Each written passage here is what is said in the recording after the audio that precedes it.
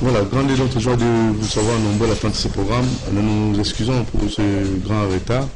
Nous demandons qui vous retrouve et notre très cher Alain Kabongo, et pourquoi pas Boumondinga, et Karine Weber qui nous aident pour vous présenter cette émission.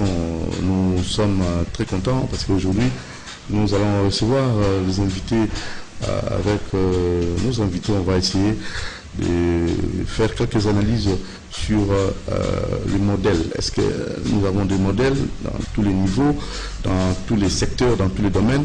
Mais aujourd'hui, c'est purement dans les secteurs religieux, parce qu'on a fait appel aux hommes de Dieu. On va essayer de faire des analyses approfondies là-dessus. Nous tenons déjà à vous dire merci pour votre bonne foi et surtout votre fidélité à notre programme. Vous aimez Canal Congo Télévision et vous aimez CCTV Ralik aussi. Nous remercions nos invités. Ils nous ont témoigné, démontré qu'ils sont vraiment des patriotes et ils sont aussi patients. Ce sont là les quelques qualités. D'abord, la patience, c'est le fruit de l'esprit. Hein. Donc, le révérend pasteur Nkéré, qui est avec nous, Nkéré. Donc, à qui déjà j'ai dit bonjour, révérend pasteur. Bonjour Doudou, mon Thierry. Vous allez très bien. Très bien, très bien. Je dis aussi bonjour à mon bien-aimé, le pasteur Balibambi. Voilà, alors ça c'est déjà fait. Vous comprenez qu'il y a aussi le second invité, le révérend pasteur Balibambi, artiste, musicien aussi, musicien chrétien. Bonjour révérend pasteur, musicien artiste. Bonjour, bonjour mon ami de longue date. Très bien. Alors, je me rappelle de Radio MBC. Radio MBC. Vraiment, nous venons de loin. Nous venons de loin. Vraiment, que Dieu vous bénisse. Là où nous sommes aujourd'hui, c'est un rêve qui s'est matérialisé. Donc, sans plus tarder, donc, je pense que je ne peux pas commencer cette émission sans saluer. C'est une surprise pour moi venir dans cette émission, me retrouver à côté de ces grands hommes de Dieu. Donc, c'est parmi les gens qui m'ont soutenu, qui m'ont fait confiance, qui ont prophétisé sur moi. Oui. Et c'est la prophétie s'est réalisée. Oui, oui. J'étais une fois dans son église quand je chantais. Et après, lui peut-être il a déjà oublié ça. Oui. Et moi, je n'oublie jamais mes messages. C'est le prophète. Moi, je l'appelle apôtre parce que les gens le voient seulement ici au Congo, mais il a implanté des fois des grandes églises à l'étranger. Ce apôtre Kéré. C'est parmi ceux-là qui m'ont soutenu. C'est une surprise aujourd'hui. Moi, je pensais le surprendre chez lui à la maison. Mais lui m'a surpris. À la télé. Il m'a surpris à la télé. Ça, c'est très bien. Merci beaucoup, révérend pasteur musicien chrétien Balibambi. Donc, c'est les tout premiers artistes que j'avais reçus. C'est quand j'étais encore à la radio NBC. Hein. Donc, merci. Ça me rappelle encore moi, Bandilango, Moussala, ça fait longtemps. Merci. Et Loulou, il est maître avocat. C'est ça. Il est complet. Nous sommes, en fait, le quorum est atteint parce que nous avons un artiste musicien, pasteur aussi, un prophète et un maître, en fait, un avocat, un juriste, Motaïdu Mibeko. Bonjour, maître Loulou. Bonjour, bonjour à co-débatteur Namba. Santé va bien. Santé par la grâce de Dieu, ça va. Alors, vous venez ici pour Makambo. Pour nous, avant de Moussala, il faut nous déjà 4 heures. Et au coma, le long à 5 heures, on a commis un retard à 15 minutes. Donc, la bouchon, saut de moutons, c'est compliqué. Ce que vous avez sanctionné, vous suspendre la bougmesse, où la commune à Ngaba, elle a suspendu, où en Galima, elle a suspendu. Ce que vous avez noté, le saut de moutons, bon, la piste à case, ça m'a été sanction. Voilà, merci beaucoup. Bon anniversaire à Gisèle Assina. C'est signé Niki Boué. Et Terrasse Jolie Capella qui tenait là, vous saluer aussi, à vous féliciter. Et Mena Mayuma, Kofi Santou. Et pourquoi pas Nisha Mena, mannequin de luxe. Et Kiala, nous pensons à vous. C'est signé Niki Boué, Terrasse Jolie Capella, vous saluez aussi. Tout le monde est accepté. Tout le monde qui n'a pas de dans le secteur, nous, sauf tout le cas, tout ça, un modèle. Est-ce que réellement tout ça, un modèle pour que les lots, qui va emboîter les pas? Alors, Mboka, ils ont un modèle. Conséquences, ils ont alors, tout rapidement, na révérend Nkéré, ce qui n'a qu'à Mboka, vous avez un modèle. Conséquences, vous avez. Je parle un peu de façon générale. Un modèle à suivre. Merci beaucoup, Ndeko Doudou, mon Thierry. Je crois que les a vraiment une question très pertinente. Na mboka soki ba modèle bazate mboka wana ezokene na chaos total et mboka wana eza en voie à disparition parce que modèle même Bible lobi na biso que soki okomi na mboka avant oyeba bolamu ya mboka teleba na mataka nelo to na rond point ya mboka tuna nzela nini bampaka balekaki et soki bayebisi yo nzela o bapaka balekaki yo pe landa nzela wana po molimo na yo ebika. Donc ezali très très très important capital même na mboka ba modèle bazala. Parce que oui, ba modèle ceux qui bazali et ko sala ke bato bazana sima na bango balanda nzela ba mbote pa na bango et mboka wana etenye sika wana et ko kende liboso. Et ceux qui ba modèle bazate les a passé. Pasteur Balibambi. Oui, si c'est la même question, moi je réponds bibliquement. J'aimerais que la Bible réponde. Je suis en Job 8:8. Job chapitre 8, verset 8. Écoutez ce que la Bible dit. Interroge ceux de la génération passée. Sois attentif à l'expérience de leur père. Vous comprenez? Nous devons interroger ceux des générations passées. Nos pères. Mboka Suki Zangi, modèle. Kaka Nengi prophète Aotuloba. Donc, ils ont la sens à existence. Dans le domaine où il y a nous avons des gens comme les Adi Nabal. Mais nous, vous comprendrez, papa. Donc, le Seigneur tous à la modèle. Donc, apôtre Paul Azol, soyez mes imitateurs, comme je l'ai su. De Christ. De Christ. Très bien. Maître Loulou. Modèle. Mboka. Oui, modèle les alliés référence. Madame Nangouizanini. Modèle les alliés référence. N'engeba pasteur Balobi. Conséquence c'est Zanini, ce qui modèle Azati. Oui, on a vu que modèle les alliés référence. N'engeba pasteur Balobi tout à l'heure. Et aussi Nazalagi vraiment encouragé. Tant on a vu pasteur Balobi qui soit mes imitateurs comme je suis le Christ. Et je me rappelle aussi un fou.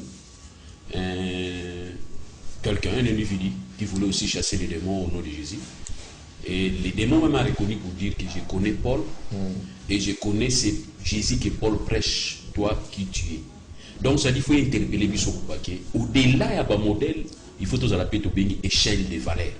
Il va avoir de valeur. Parce que Bible, dans la Bible, on a peut-être réagir comme Kaka juriste était aussi, comme moi dans Zambie. Vous verrez la différence entre ceux qui servent Dieu et ceux qui ne le servent pas. Donc voilà peut-être modèle Nabiso et que c'est situé dans le niveau. Quand nous allons voir la différence entre Baoba Sali, Bazosali Lanzam, maintenant Bazosali Lanzam BT, donc nous allons sur la facilité pour identifier ma valeur. Il y a Baoba Sali Lanzam. Donc ça dit, j'insiste pour dire que nous devons avoir une échelle et tous en échelle de valeur. Échelle de valeur. Alors très rapidement, comme tu as un secteur révélé, mais comme na ba ndiko bazali alors tu as un secteur, un domaine où à Bango, un domaine où la spiritualité na biso, la makambo bonzambe et tout à la katiwana benza. Est-ce que nous avons des modèles? Pasteur, prophète, nkiri. Secteur où il y a un pasteur. Un modèle Bazali. Merci beaucoup, Ndeko Doudou. Ndenge, dans un paraphraser, Ndenge, pasteur Balibambi Alobi, na maître Loulou. Kolobake, modèle d'abord, ezali qualité à la valeur. Lorsqu'on dit la valeur, parce que le Louis Namboka Nabiso, nous avons des modèles. Je peux prendre aujourd'hui l'exemple Ndenge. Pasteur Bali Alobi, il y a papa Nabiso, Mosaï Dinabal. Bazaki ba modèle malgré il n'est plus. Aza sous Nabisoté. Nako zalelo papa Nabiso, ngana benge Koko. Révérend Nkelani Pata. Aza modèle pour Nabiso Nakatia Mbokao. Pourquoi je dis qu'aza modèle? Parce que le lot babosa nakamke histoire. Mosaï Alexandre Dinabal Azaki mutu ya charisme, mais tant que Moussa dit na balaye aye kokuta ko konkelani azotea parce que ko konkelani abali côté depuis 1968. Alors tozo kalelo tozo tala tozo mona lelo ba ko konkelani banda bandi côté je pense que comme il a 50 ans il y a ministère quelque chose comme ça et ti lelo atiki allégué bokonze pa ya mwana qui te ba dérapage toyoki te baproblème songolo pakala lelo bakoko wana batamboli bamikili ebele mais ti lelo na toyoki te ke koko ngelani boye par rapport ya oyo tozomona lelo oyo mpe tozoyoka lelo. Mais c'est dû à quoi? Parce que dans le timing, on a mon réalisateur Sengasine, on a qu'un mot penza na ndenge ya malé menere pena tito aboutir. Mais autrement c'est dû à quoi? Bon, autrement on a premièrement na artiste. Premièrement, ezali manque il y a éthique. Pourquoi? Parce que biso basaki tozana ba éthique na biso. Ou espèce ameli biso. Selon la lumière de la parole. Parce que Bible zoloba, même en Thomas Paul a lobi que bozalba imitateur nanga. Lolenge ngai na imiter Christ. Tozomona Thomas Paul azalaki penza pembeni ya Christ te. Mais ban Thomas o bazalaki pembeni na ye, ba msusu bazale ko sala berère oyo Thomas Paul aye ko corriger bango. Et a même ko sambela na bango. Premier ezali manque éthique. Deuxième ezali manque ya spiritualité. Oh. Parce que oui, on se dit benga pasteur, azon benga musicien chrétien, azan spiritualité. Mais non. Omoni papa. Ba mi benga la to ba koma kango. La sepela ka mingi ta on a les karanaba télévision parce que moi j'aime dire la vérité. Parce que le lot ko ko sabat mais to ko sa conscience ta bisoté. O biso tozo mona leo na ba mboka na biso. Toko ko sanani, toko voiler nini. Parce que nous avons internet, tous les jours, tous la mouka. Alors, ce qui est l'homme dans la spiritualité, et bien les bazana bazana hypocrite. Hypocrite, prophète Nkiri, pasteur. Mais moutazo bimi benga pasteur. Mais na katanda kunaye peut-être aza mutabalate. Et azo kamba batu. Or azo senga na biso toza eza recommandé moutazo kamba bampate. Et sengeli d'abord aza la mariée. Bible bina 1 Timothée akamba d'abord malamu ndaku naye. Après que nous kamba bampate. Et le même biso basai na nzambe tant tozo pesa batu ba responsabilité. Ozo pesa mutu responsabilité kamba 50 100 membres mutona balate, c'est un danger. Tozo ngila pasteur Nkiri, pasteur Balibambi, vous appelez musicien, artiste musicien chrétien. Très rapidement na ngi oza deux rôles wana zo jouer ngo. Qui star na musique ya nzambe bezalaka na qui pasteur. Est-ce que bon quand je dis qui pasteur on comprend le musala qui pasteur. Toujours mon ba makambo ya mbinga akati mboka na biso na ebiteza une première ou bien ezalaka nango eza mbala liboso ya mboto ezalaka nango. Doudou nakoki koyebisa que eloko moto amonela pasi asakaraka nango te. Zolanda papa po lelo ata ngai bali eloko ngai nalo nakomo naza ozotanga baradio mbisi radio mbisi la 4e on a la chaîne là 3 na MBC 4 chaînes on a la chaîne sur les atis ozokene des fois place wana pour mata okene luka pisika radio moko des princes des affiches combien d'années mon eloko moto plus de gens t'a passé eza na daja mboka nanga moko ezoloba kashinkamula mudisaba katuka shimina mudisaba c'est-à-dire quoi tonga o balokoti na kati ya zelo na kosakana ebunga kaka na kati ya zelo na kosakana c'est trop profond vous comprenez oui et le côté où il y a la opacité vous allez fouler ça au pied maintenant qu'il a bien modèle papa n'a bien na banyo comme je vois les gens comme la Dina Bala je vois les gens comme l'évêque Pascal Mokuna les gens comme l'apôtre Emmanuel Mbiya Moulaya toi na ba souffra pour battre fondement battre saine doctrine quand vous dites à quelqu'un je prie à la cité Bethel ozomona mutu azotalo na lisu mususu sambelaka na seka sambelaka na nzambe malamu ozomona mutu azotala eza na bato moko boye banyokwama. Et quand nous venons pour ramasser ce qu'on n'a pas semé et des fois toujours tirer compte de mon société, c'est très important. Et je pense que bato ebele bazana libanda bazolanda biso. Je parle sans état d'âme. Vous comprendre papa. Et le musique chrétienne, non, Kala avant comment pasteur. Ah, papa. Ça, Makambo, Tolobate. Dieu nous préparait pour ça. Dieu nous préparait. Donc, il faut ta préparation. Moko akoko ya l'église. Prophète Asawana, ko contredire traité. Aya l'église pour Mokola, yamba Yesu. On commence toujours quelque part. Si ce n'est pas dans l'intercession, peut-être dans la chorale, dans la cata jeunesse, dans le département, les bisika formation, pourquoi les lots pour la battre, parce qu'on a que nous, et d'ailleurs, c'est dans l'adoration et la louange que nous avons beaucoup admis ça à David. Par quelle magie David a combattu roi, c'est là qui sacrificateur. Donc, et nous, comme on se fait ce moment, nous avons un végétarien. Vous comprenez? J'étais scandalisé. Il y a autant dans les réseaux sociaux, je vois un bien-aimé qui adore l'Éternel. En train vraiment, il y a beaucoup de sabat dans le Mozambique. Donc, adorer les créatures au lieu d'adorer le créateur. Nazareth est scandalisé. Je me suis dit, nous allons où? C'est à cause de l'argent. À cause de quoi? Parce que le même nom qu'il citait, c'est le même nom au battu. Et ces côtés-là battu. Comment dans le domaine où on a la musique dite d'ambiance, on a bien d'ambiance, c'est ça profanité. Musique où on a, il y a un CP là. Musiciens nous sont dans la procédure à Bakombo. Pour le meilleur. Moi le meilleur. Vous vous hasardez, vous, parce qu'on vous a invité. Vous avez musique, vous avez bêta, comme Boboye. Non. C'est tout ça la différence. N'a pas tout, on a vraiment aux élevé qu'à Christ.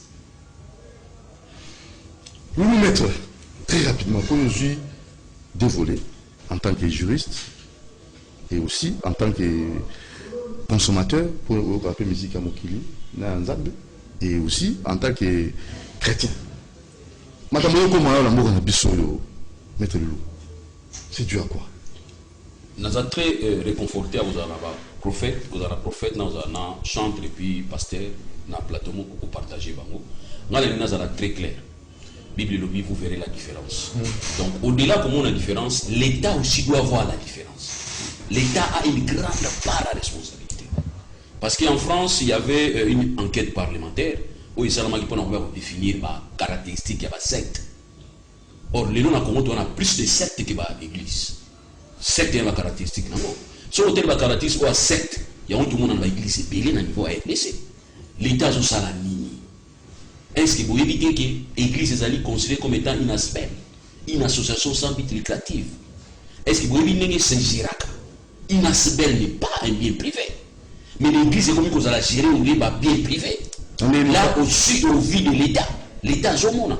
Donc, je me dis, prophète, na chantre, na biso azalia. Ba on banyo so nenga na wulu belati. Mais malheureusement, ta izate. Donc, ils allaient pas la responsabilité. Ba secte ba caractéristique dans mon izali. Déstabilisation mentale. Il faut commencer là par abrutir les bateaux. Et aussi, comme on a niveau autobenga, niveau ya ba autobengi ya exorbitance, il y a exigence financière. Ça dit qu'on va couvrir davantage les bateaux. Et aussi, comme on s'infiltre même dans le pouvoir public, vous allez remarquer qu'il va passer comme plus puissant que l'État. Et plus influent même que l'État. Voilà moto. Par contre, il va gourou. Il va adepte. Donc, les gens adaptent passer la kina pour zanga pour yeba makomanzambe, adepte à c'est nouveauté. Parce que les patrons, les pasteurs et patrons, nous sommes dans l'État pour préserver le bateau. Rappelez-vous dans le musée Laurent Désiré Kabila, dans la baïque, tu as fiscalisé la gestion de l'église. Tu as salamaki. Or, qu'on fiscalise, nous allons bien prendre. Quand on contrôle, c'est une semaine. Là, on a l'embi. N'a-t-il-moi un an? Il y a des choses qui vont tout passer. Or, une semaine, il faut les organiser. On doit sentir le souci dans le c'est-à-dire, Bazali n'est pas papa qui sont dans moi en Sali. Na misu na ye, ya mo immoralité. Ba ko lubati ba na passe. Ba na zona sentir amu. Ba lobi boya, ils ont une préparation. Ba lobi amu. Ba zo pesa de responsabilité, ba état d'esprit na été, état d'âme na été. C'est parce que Azam c'est pasteur. Parce qu'Azam on pasteur, il faut passer responsabilité sur le pasteur à l'ennemi. Mais ce n'est pas ça une aspect. L'État faut veiller nango. De on a vu que makamboiser belé à Koloba. Circuit à économie ils ont détourné. Les fonds que vous avez basés pour gérer, ça va faire un important. Au moment où l'église, Bolim Sanga, pasteur, en tout cas, Bolim Sanga, pasteur, on a mis ça dans la au moment où pasteur, il y a comme un Babylon, Azoto, Babylon, qu'on délai, vous voyez, battre mon route à Wapi. On va payer sous de ressentir la route, parce que surveiller, même pas financement, pas pasteur, vous voyez, Wapi, Nana Pessi Mongo, et quelqu'un a circuit, tout ça, ça a marqué dans le Congo. Et Et là, on a mon amabé dans Congo. Nous n'avons pas une autorité ordinale, surtout l'église des réveils, contrairement à la catholique. La catholique, ceux qui avaient assez de mabé, le cardinal a coupé ses sanctions. Ceux qui cardinal a assez de mabé, pas passé de couper ses sanctions. Et ceux qui pas passé de mabé, groupe à cardinaux, va sanctionner. Mais toute la question, dans l'église des réveils, n'est qu'à les alliés conscients à RDC. Ceux qui ont passé de mabé dans l'équipé. J'ai appris en retard que frère Patrice Alobi que bazo sala sibata la dossier à les chantre wana bazalaki na ba situation wana. Mais je pose la question sur quelle base statut. Bazana statut oui prévoir abo. So le sangana ga groupe ba masa bo sangana pour wimba ga bolimba la nzambi. C'est pas un statut. Hein? Donc ça dit il faut que sanctionner bango au regard à statut ou le déposer par l'état ou l'état pas liman. L'état n'est pas là encore. Tout ce qui se passe le long du Congo, l'état ça la mokati. L'état ça na irresponsabilité. L'état ça na sommeil. L'état banga ga poani. Parce que si on a mis la loi contre l'église, surtout des réveils, on va voter. Ça peut être la crainte à l'État. Mais l'État va être impartial pour nous protéger. Nous avons un modèle. Est-ce que la responsabilité pour la génération présente et future? Alors, on a évité, pasteur prophète Mukiri, vous sentez appeler que vous avez la responsabilité pour la génération, Effectivement, la responsabilité implique le présent et le futur. Parce que quelqu'un qui se sent responsable doit d'abord sentir la responsabilité. Des gestes. Effectivement. Parce que la responsabilité d'abord, rôle dans les apports dans le héritage. Parce que nous avons nazo formé bana mususu na koteya nazo formé mususu na couture mususu ko za la peut mettre vocal ou mettre lulu na bana na nga ndenge nazo tala. Parce que ndenge nazo ko former bango lelo na responsabilité on nzamba pesinga parce que la responsabilité a comme définition la formation du présent et du futur. C'est ça la définition de la responsabilité. Et Dieu ne donne pas la responsabilité à qui que ce soit. Mais lorsque un homme donne la responsabilité à un homme, il y a deux aspects. Et cause à un sentiment ou cause à la préséance. Oh, responsabilité aux autres, ça m'a un sentiment de mettre le out kolba awa. Et ça que chevaucher. Et ont béba. Parce que les loba nanangai étant responsable d'une famille, n'a 23 ans de mariage. N'a pas la responsabilité, n'a pas un problème, n'a pas un problème.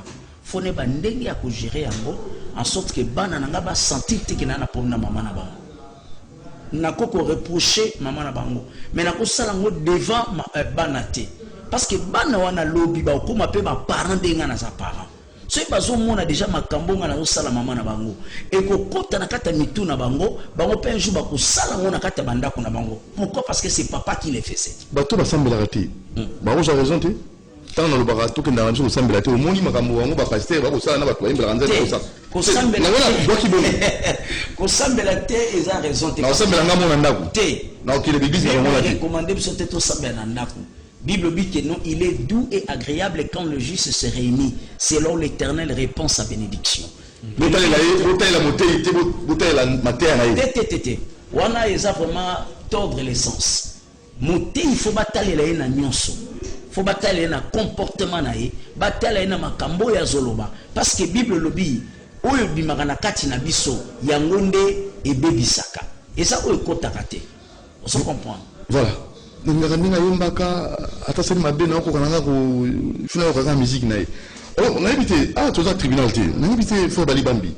Mais on va dire moi il faut imba wana akapela mukeka pour bato baza na image da o pena ba bunga ki peto pour mena erozaki doki muke solo bela makambo. Ça moi akapela muke s'il vous plaît. Bon bato baza la pena ndako ezala kindoto lele komi ya solo kolela nangai ebongwani esengo ndoto na lotakala lelo elati nzoto nandimaki te lelo solo nandimie siko oto mona la ndoto elati nzoto on a nini ndoto ngo oyebi vie ya motu eza vie ya rêve. Moi je vais vous dire que la première personne à rêver c'est lui qui est motu ça soit dans taxi boy avec qui va changer mon toi qui va na autour de ma taxi mon quoi maman la biso Gisèle Assina na Niki Boy na maman la terrasse jolie capella. Est-ce que vous savez que Et comme on a bien responsabilité. Les Cambouans, Non, on nous soutient. les Cambouans, Zembozate. Malouba Yembe Zaya Tatana aidé. On a eu ça là-bas tout que. Nzembo un problème te. Pour Malouba Yembe na 4. Et ça koko na bangote. Et moto a sali mabe wana te. Et ça ya Tatana été le message du Seigneur. Amen. Excuse-moi. Vous comprendre. Ce qui va raisonner n'engana zo raisonner comme ça. Musala Nzamba sali mabe ce qu'il a prêché. Soka te akiko koko na ye. Ça c'est autre chose. S'il a prêché malubanga ni abatu. Biso toi na problème dans Zembote. Batu bakata na moni na internet batu muso bakata ba CD. Ba CD un problème te. Il n'a pas chanté son oncle. N'a pas chanté son père, il a chanté Adonai. Vous comprenez, papa? Problème à responsabilité, n'a qui mettre à l'objet. Un modèle, il faut une magasin de responsabilité pour la génération présente et future. Vous savez pourquoi dans le jardin d'Éden, Zamba qu'elle a bébé? Pourquoi? Prêche. Pourquoi dans le jardin d'Éden, Dieu n'a pas créé le bébé là-bas? Adam n'a mandé Funagno prêt. Moi, ça bimi prête. Tout le vraiment à moi. La maturité. Dieu responsabilise quelqu'un qui est mature. Ça a commencé dans le jardin d'Éden. Ce qu'a créé un bébé, il y a une formation. Mais comment est-ce qu'un artiste musicien chrétien aux célibataires n'a pas un couple boulot ou à la plateau? Ah papa, il y a aucune retraite. Il y a célibataire, aucune abassère. Ok, parce que mon retraite, à la milieu, au tigolo. Tant que c'est aucune, au monde. Ah, c'est le vieux, accueilli, au monde. Ah, on monte aux autres couple boulot ou à la plateau, on a 10 ans passés. Ah, mais c'est impossible. Pour résister, t'es. Attends, vous voyez, par exemple. Il faut bala. Tu dois te marier. Toko. Problème, attends, prophète Aoutro le Belawa, Kobala, Ezapé Malam. Mais la formation est très importante. Être au pied des disciples. Vous savez, Barnabas et Paul étaient à côté des disciples. Dans le Saint-Esprit, mon akike bakoki. C'est pourquoi, des moments là qui mettaient moi-même à part. Barnabas et Paul pour la mission. Vous devez être formés. Vous devez être formés. Et ce n'est pas le fait parce que tous ceux qui connaissent l'Anzambé, mon ami Sobat va s'épeler dans nous. N'a qu'aucun église est différent. Monde a voyé mes monde végétarien, doudou. Si vous êtes bien encadré, vous êtes différent dans la falité, dans la faire. Vous comprenez, papa? C'est remporté. Quand on est sur le bélica, moi, si on a Zoya, aux hommes, on a résisté, et tout ça. Il y a un monde. Parce que c'est le même studio. Même ingénieur. Comment il fait à travailler dans Boutou? Il travaille dans Tongo. Même ingénieur. Même carte de son. Vous comprenez? Différence thématique. État d'âme. État d'âme. Ah. Ils ont un état d'âme. Très important. Ils ont un name sur le parce que moi je vous parle, papa. Le diable. Vous êtes aussi sollicité. Vous proposez. Oui, mais le diable fait l'évangélisation. Et c'est là qu'on bombe le loi commis dans la banderole, tout ça. Dit dans la télé, mais c'est là où on communique. Mais comment résister? Il faut des producteurs, les moyens. Il faut maintenant nous poser la question. Vous n'avez pas de moyens. Posez la question. Est-ce que mélange quotidien dans Katabaïmi? Mélange quotidien dans Kataba pasteur? Il faut se poser la question. C'est très important. L'état d'âme. Toujours l'état d'âme. Mettez le responsabilité, génération présente et future. Oui. Tout ça, l'ensemble, tu as besoin d'un modèle. Mais il faut monter Mbappé Makamboa. On a charge. Lourde responsabilité. Mais face à Kozanga Makoki, à cause si qu'on mettait. Bon, oui, tu peux avoir raison, mais là, comme on a séparé, il n'y a pas un pasteur et puis il chante à l'oubli, que tout qui a tendance, parce que monter à quoi il y a des ok. Parce que tant qu'il n'y a pas un zambé, il y a pas un zambé. Là, il y a un zambé, il y a un zambé, il y a un zambé, il y a tant qu'on a un peu de nous samba, il y a un zambé, il y a un soudé. Donc, moi, je vais peut-être te dire à mon candidat, il y a un ni tout qui n'a pas un pasteur dans l'église, tout qui n'a pas un zambé. Donc, Zambé na yo yende. Et nous sommes demandés de l'équipe de pasteur. Obiki sans qu'il va tirer le bon tout. C'est vraiment important. Mais nous sommes amis dans ce moment côté. Moi nous avons insisté. Vous allez mettre un juriste. Parce que c'est très complexe. Nous avons un mystique. Nous avons un mystique dans la mystique. OK. David on a voté la moi aussi à bateau. Nous avons bien que la vie c'est ronquée. Nous avons ça compliqué. Nous avons ça balé. Ce qui j'ai fait avec que oh non bilo empire nana mon niveau mon empire on a mon empire. Nous avons ça encore. Pierre kaka moko ba que oh non deux fois na biso auto d'amé wa Yesu benga qui est derrière moi Satan.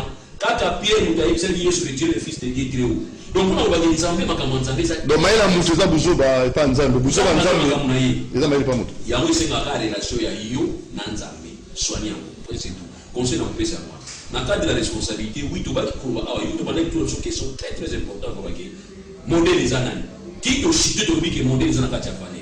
Donc nous tous nous avons kanga valeur, nous tous nous avons respecter valeur. Oh, il y a ça la vie na ezaka na valeur. Nous tous nous avons modèle. Donc vous avez imitateur na y. Il y a un lobby qui donc il y a tendance à voir que tout généraliser nous parce que tout le monde a tendance à généraliser.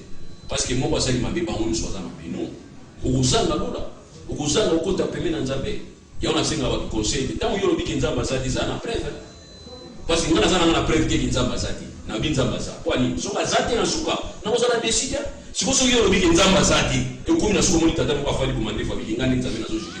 Omonti na sengo le okipa kote mususu. Ya on a dit que to landa Nzambe na position oyo zana. Ya yo d'abord. Foi na yo ndekisa. Yesu ta forcer muta bikati. A tout mieux est-ce que vous bika oui na ndima kondima na yo bikisi. Donc moi je garde position là-bas. Mais ce qui est important aussi, c'est que baza plus tenté. Ils ont sali ensemble. Ils ont bateau, ils ont un modèle. Ils ont un péto. Satan n'a pas tiré au côté. Il s'agit de pas tiré. Pourquoi il dit qu'on a parlé dans les. Kuna chose na kati kuna parler ensemble. Parler Satan ya. Asakanga yo. Kuna za adepte na yi. Mais azana besoin zo adepte ou bazana ngamba kuna bazo boîte na ke ba moto, bazo timla ke ba flèche. Azana na besoin na bango donc bango bazali supposé plus que peut-être ba o ba tout ramener na voiture. Mais ce qui est important, na zo bango toujours. To aider bato bazali ba victime ya ba situation na tout à la bango na regard nzambe. Pendant que nous devons condamner, Dieu compatit. Nzamba yo la toujours mamba. Ya monde ya kia pour la bato masumu ko la ba. Alors donc ça va avoir la chance à se repentir. Même quand se repentir 1000 fois, 100 000 fois, pas un ça a un problème. Mais pour quelles conséquences? Il y a un état Nzambe. Au sein du Soumoulélo, au bon de Nzambe, à l'Ibisolobi. Au sein du Soumoulélo, au bon de Nzambe, mais il suffit que écoute dans le loi. Parce que si on écoute dans le loi, tu as mis le qui est au limite saoudi. Yomoko, il n'y a pas d'innocent et pas Nzambe. Mais je considère que beaucoup sont des victimes aujourd'hui. Victimisation des amis. Et procès ça maman tout le monde va procéder parce que le mec sur justice tout ça fait réserve mais ce qui est vrai batubaza mingi n'est-ce pas batubaza trop victimisé et les regards nos regards continuent à les victimiser encore davantage na ba regard na biso il faut compatir ya na biso ja moi sinanga so moni photo nanga o moni image nanga izati soyez ça aussi izati mais so moni ya ko konje ko limanga kaka. Parce que sinon, c'est moi qui vais faire ça, nous allons conneries, nous allons faire un avantage, il y a beaucoup fort. Mais ce qui est société, nous allons faire, ma camarade de Bétia Mokara. Ma camarade de Nzamba, nous allons faire Naï. Biso et Biso, vous continuez dans Biso va sali, Banzam, Bayemba, vous continuez dans Biso, vous continuez au Yemba. Vous continuez au frère, d'ailleurs, vous continuez à encourager. Vous ne sentez pas que vous avez sauvé cette âme. Et puis vous ne sentez pas que vous combattre les Batouana. Parce que les Batouana vont comme entreprise. Ils vont devenir l'entreprise. Ils vont jouer le Gagoudou, ils vont jouer le Manjoto, ils vont jouer le Moutonso, ils vont jouer le Tagava Latissio, ils vont jouer le 100 000 $, ils vont jouer le vous ne sentez pas que les sociétés comme en décadence. Il y en a qui ont un regard. Il y a un Batouana. Mais en tout cas, ça, il y a un exemple. Face à ces problèmes, on dit tout lui, procès, tout ça, pour tout ça, toujours, au fond, on a volé mon corps. C'est même un mot, en fait, même c'est une prochaine, qui est un modèle, qui est un modèle politique, qui est un modèle, même l'éducation, la vie sur l'enseignement, est-ce qu'il y a un modèle de Balali, face à Pierre Cause dans le Bisso, bien que pays riche, population très pauvre, paradoxe, mon Konambo, mon Gabeta qui c'était un discours, tant que qui bon adressé dans la nation. Alors, Toki, Nakikambo, prophète Nkere, nous avons Koloba. Et ça, on est parce que la monnaie de la maître de la vie vous a vraiment dérangé. Merci beaucoup, Doudou. Je crois que je ne peux pas aller à l'encontre de Yamaloba Bandekonanga Bazoloba. À l'occurrence, il y a Pasteur Bali, il y a Maître Doudou. nous sommes là pour édifier. Parce que tous ont incarné ma valeur. Ceux qui le tous ont ma valeur, peut-être que tous ont invité l'émission. Mais nous avons incarné valeur à un modèle. Or, lorsqu'on a un modèle, il faut au minimum sanami sur bateau. Et là, comment ça passe? Papa, maître Lula Lobi, David a eu moi c'est à Iri. Mais Nzamba bengi l'homme selon mon cœur. Mais avant Nzamba benga David l'homme selon mon cœur, qu'est-ce que David avait fait? David d'abord s'est repenti. Il a accepté, il a avoué que Nzambe na sali mabe. Ah, Nzamba tele me muta bozo ndima mabe na ya sali. Il faut avouer ta moitié pardonner. Mais il faut l'humilité. Il faut d'abord l'humilité. Exact. David a zaki nango. Mais si on a bandé koko bazo sa mabele lo humilité wana ezate. Pour voir ça va plein l'église. Non. Na apprécié beaucoup Bali Bambi na maître Loulou. Biso le tokendaka na l'église te pona kotala mutu somolo pona kosalabo. Nde passé Bali alobi ki soki to teki maloba ya tata Nzambe. C'est pas un problème. Parce que on le comme l'indeko et comme la penga. Très bien. Et comme la Bali, comme la maître Loulou. Mais d'abord l'humilité d'abord. Toko banda ko vexer batuti. Ozana mabe moko sali, ozoni nga même ko reconnaître te que na sali mabe. Tout ça liboso ya bana mikete. Toi liboso ba papa, tout ça liboso ba maman, tout ça liboso ba yaya, tout ça liboso ba leki. Parce que depuis que valeur eza muto aza ko incarner valeur, aza ko na ko préparer présent na futur. Ce qui le long muto sali mabe. Et quand même ce courage ya côté le makoba keno na sali mabe. Ngalo na sali mettre lulu mabe. Lokola toza na mettre lui tozo solo là mbala mona bandi ko kata non c'est déjà passé non je dois dire d'abord avec beaucoup d'humilité parce que Christ lui-même prêchait avec l'humilité. Non, je reconnais avoir fait du mal à mon frère le maître Loulou, mais nous sommes en train d'arranger à l'amiable bino pende bozana bolindi sangai mais en tout cas mbala mususu na rosala lisusu te. Mais quand vous en foutez des histoires ce que bozo mona batu lokwa neti banane. Parce que lelo oui, batu mususu baza ba ona mitema lokola biso ko ba passer bali bambi. Lelo ndeko ko sala mabe toujours considérer lokola ndeko nde mettre l'autre koloba. Oui, parce que soit dans mutu na ta famille. Parce que papa nyonso avant moi na bananda ba pesa mona conseil ta pose avoir ko sala erreur. Ba pesa ka conseil à prévention avant que erreur eya. Et moi je me pose des questions. Biso ba parents, lorsque ba na so bazo commettre des erreurs graves na ba société, conseil ni toujours pesa ba. Est-ce que ba na zoka? Mais ce monde a zokaté. Mais il y a des lois qui sont prévues. Ok. De mettre l'autre la sanction. Alors oui que ceux qui le prêtent à Salimabé, papa, est-ce que vous croyez que le Bamabé aux Salamanakati Nabiso, disons entre parenthèses, réveil? Et pas après très athée. Ils allaient. Mingi, tout le monde a pédophile. Oh, bah, pédophilie, na poto. Pourquoi on a. Mais, parce que ça, comme on peut dire en catimini. Pour ne pas vexer la sensibilité à Batou, la mobilité à Batou. Pour ne pas être personne non grata. Bah, ça, la bilo, parce que Bible le Bible. Ce qui est le Batou, tout ça, la dikambo. Tout ça, la tendance de mettre l'autre, et bébé, sa foi à Batou. Tout ça, la dikambo, ya foi. Na sepeli parce que na likolo kuna na lola moi si tu rebatte bilo que tous nous serons pareils. Tu rebatte au bali bambi mettre l'eau doudou non tu rebatte. Mais awa na se tous na likamba kondima o ils ont préparé ce poto ke na lola. Mais ce kondima ya bato na faut pas tomber bisango. Effectivement nous tu ko bato tous na nzoto. Tous na nzoto parce que nzoto est faible. Mais si vous le croyez que nous sommes faibles, il faut tous se préparer en conséquence que bateau va se cabisso qu'on dit marabango et quoi yakate. Le lot qu'on dit me quoi, lobby qu'on dit me quoi, lobby qu'on dit me quoi. Voilà, merci prophète Kéré. Alors, pasteur Balibambi, Makambo, toujours pour mon awa, parce que modèle, il faut nécessairement à Mekapenza qu'on ne pas encadré. Est-ce que vous avez la structure de encadrement, structure de cause ça montona là? Na ngambo na bino ba pasteur to na ngambo na bino ba musicien. Je salue le président Patrice Moussoko. On a fait partie de l'association de musiciens chrétiens AMCC. Mais je t'informe que les Arabes méga stars, voire même la musique chrétienne, l'association on a pas raté. Méga star.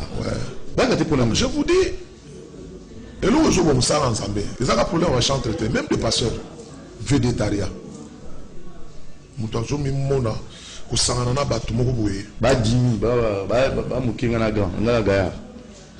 Ces gens-là ne viennent pas. Mais là, on a aussi ça que. Si vous rapprochez de Bamouneni, en cas de problème. Et là, on a aussi.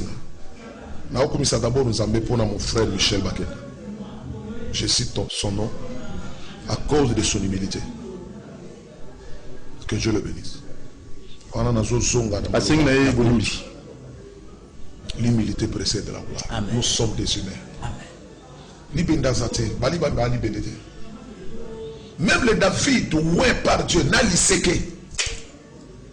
Nzambe morazoti, bazo ke n'a li seke, bazo wendret. Il faut soit moi ça résister, mais il a reconnu. Dieu a continué à l'appeler l'homme selon mon cœur. Ok, non. Mais surtout qu'il nous a la justice, le problème est ça, vous comprenez, le scandale là, nous ne sommes pas dans la justice et qu'on sort. L'éthique, pudeur. Et ça, il y a un bien. Si c'est vrai, mais mon frère, tu dois te repentir. Oh, pasteur peut faire se repentir. Oui. Oh. Là, comment est pasteur n'est avant? Ils ont sous-côté. Est-ce qu'ils ont soumis? Ça fait mal. C'est grave ça. Ça fait mal. Regarde toujours ça là on est. Nzambe ou bien battu. Nzambe ou bien battu. Bissouma Nzambe tous la pour ça aux preuves nous souci la justice. C'est que nous avons vu. Et ça scandale ou bien ça scandale. Parce que nous, notre problème c'est la porte du ciel. Mon frère, tu n'as attends ça passer. On peut souligner, on les engagés, c'est faux. Ah bon, c'est monté. Si c'est monté, ok. C'est monté, ok. Et si c'est vrai, à se repartir, Zamba Domolaka, la moto Zomi qui dit ça. Voilà, on profite directement pour la. Toujours à Loulou, après toujours à mot de la fin pour la conclusion. Il nous reste 5 minutes seulement. Alors, Maître Loulou, je m'appelle, parce que je vais intervenir. Je vais Tani Londo, na Mototo. En tout cas, vous excusez, na monsieur Eric Nkedi. Je vous appelle, pour autant vous permettre de sauter. Maître Loulou, Nangonga, oh, Nandé Makamozo Kendele. Parce qu'il faudrait éviter continuité. Le on a vu dans mon sex type, tape mon sous à Monia, mon autorité en Bogabo. En fait, c'est quoi juste cette histoire? Bon, moi je dois peut-être déjà pour il y a dramatisation au Bissou donc il y a une certaine dramatisation. Dramatisation ils a tout. À tel enseigne que c'est comme si Bissou tout aussi là. Information à ce qu'ils aient. Il y a un moment où bateau va la banque moi na bakoko tasiko na ndenge ya kosala nini ya komatisa ka ba information na bango sur ba site na bango pour la vie délai mais surtout dédramatiser vous ne savez pas que c'est alors il gagne la vue hein justement donc surtout dédramatiser que yonanga na pasteur na prophète qui fait la mission sur donc ba moni vidéo na ni ki be kotala te Natasha Mbenza kotala te Gisèle Assina kotala te na ndeko na biso alors yango na biki comme un aspect moko comme un aspect moko financier ya suna kamtori mo senga te. Mais ce qui est important, on va passer par lui tout à l'heure, il faut toujours avoir un mécanisme, il y a un règlement, il y a un conflit dans l'église. Parce que les bateaux, on ne peut pas juge selon juge selon Zambéti. On a quatre l'église, on a un passage. Donc ça dit, moi si, mon papa, mon père, on a besoin d'église. Je ne peux pas comprendre que nous avons fait du malibanda, pas de nos réclamos, pas de nos réclamos, donc il faut que nous soyons à partir de la carte. Et moi j'aurais même préféré, et pas passer tant à qui pour toi il fallait même pas dire. Il fallait pas s'écarter dans l'anano, dans le on entendait dans le souya. Mais tu vas encore passer pour commencer à répondre, tu vois. Ça c'est moi je dois comprendre, ça veut dire quoi? Au coquille qu'on se justifie jamais, n'a pas procédure où Satan tient en place. Non. Non, on a dit bien.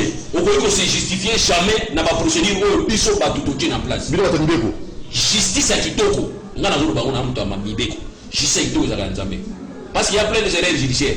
Tout comme tout le monde va payer les arrêts de montage, il faut maintenant vous prouver les arrêts de montage. Tout comme vous pouvez trouver la solo, il y a un moment qui est justice. Or, on pouvait bien trouver une solution dans 4 églises. Ce qui commis qui disait dans 4 églises, n'a pas structure où l'église à prévoir. Il y a un obi que l'église faut qu'abola mon pasteur. Il y a un monsieur passer la koufi église continue.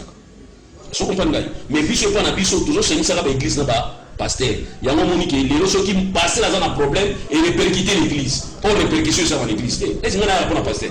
Est-ce qu'il n'a pas sur le pasteur dans mon pour d'aller dans le salon pasteur? Pasteur. Et nous allons beaucoup. Donc il y a un obi que non pour na biso ils a mis na côté à considération toujours plus dans le dossier en dramatisation toujours apportée biso mon ami sur na biso. Il y a un ça la gueule les hommes en pleurs. Merci. Alors, pasteur Tourmi, je crois une minute seulement. Sur vous ça peut-être adresse église, numéro de téléphone, un programme pour trouver une dans Souka. Merci beaucoup, Doudou Montiri. Naza, responsable et assemblée à Shekinamont, où ils allaient venir Massimanimba numéro 25 qui n'a commis la Kassabobo. Assemblée à Shekinamont, où ils allaient venir Massimanimba numéro 25 qui n'a commis la Kassabobo. Tous un programme, mon il y a ma prière. Où tous un ango. Na église une série à ma prière et puis toujours soit bato belé bato azo tanabisika et belé pour na kwa koluka biso parce que ba cas difficile les ali ba cas résistant les ali muto aza na posa ko en contact nanga sikoyo akoy ko benga na plus de 143 89 719 0006 akoy benga je répète pour une numéro audition 89 719 0006 ou à 090 20 24 924 090 20 24 924. Merci pasteur prophète Nkéré. Pasteur Balibambi. Folklore, ce qui est contact les amis. J'en profite pour nous lancer appel là-bas dans Zambie. Parce que Moussale Sebanda qui déjà on a commencé déjà un grand service il y a 4 semaines, la délivrance de familles sacrifiées. Donc on n'a pas le temps de décortiquer ça. Pourquoi familles sacrifiées. Donc l'église est là, je suis pasteur de l'ACK Brikin. ACK Brikin, sur un Kitamo magasin, route fleuve, deuxième virage, sur l'Ikika Mimosa, deuxième virage, c'est là où se trouve l'église. Donc prière, Ezana Tongo, na Tongo a déjà bandit déjà. 12 heures plus consultation prophétique et le soir il y a l'enseignement de la parole de Dieu plus la prière de combat. Vraiment tout de suite au bandaki orateur je serai moi le Vassilon Mutombo, on sera aussi avec l'évêque Pascal Mukuna. Je suis responsable de la CK Brikin, ce pasteur Balibambi l'homme d'Endoto Latinzoto. Je vous invite, on avait déjà commencé depuis le mois passé le 27, on va finir le 23 février. Nous allons pour ça atteindre Bisso, 09 98 70 57 19. 09 98 70 57 19. Qu'Adonai vous bénisse. Merci beaucoup. Alors, le temps, pasteur Badibanda aussi dit ça, nous autres latines et tout ce qui est maître Loulou pour la bâtonneuse sur l'indivino. Mes parents, même Bassalanzambe, Naban. Bon, on va contacter au PCZT pour éviter de finir à Bissotro, tous aura trop menacé. Contact sur les alliés Babengayo, c'est bon. Donc, Nani peut simplement contacter. Oui, jeunesse responsable. Jeunesse responsable, secrétaire national. Ceux qui contactent les Babengayo parce que les gens menace ils a trop pour finir à te éviter pour aller. Mais comme on a aussi un des alliés, Bananzambe ou Babanga Nzambe à solo, beaucoup de au Bananzambe, beaucoup de au servir Nzambe. Bon, soit exemple à mon tout pour mille bisa.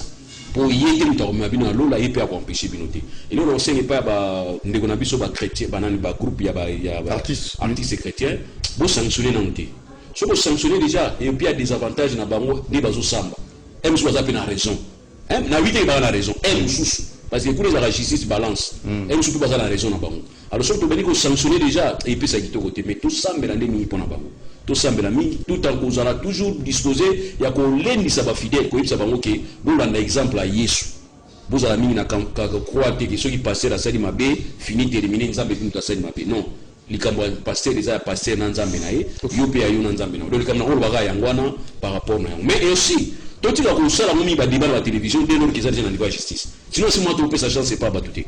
Très bien. Merci beaucoup, Maître Loulou. Merci, Pasteur Nkéré, Pasteur Balibambi. Nous pensons vous retrouver prochainement. Merci à notre très cher Alain Kabongo et Bruno Nzinga, Karine Bébé. Juste après moi, PIB. Et après la PIB, vous allez suivre Kiosque avec Serge Kabongo. Les invités sont deux, donc Bella Ambouyi et Kayembe de la RTGA. Alors, portez-vous bien. Et Doudou Montiri, disponible toujours à vos appels et suggestions. Si vous voulez réagir, il faut toujours. Il y a moyen de nous appeler au numéro affiché au bas de vos petits écrans. Ciao et bonne suite de programme.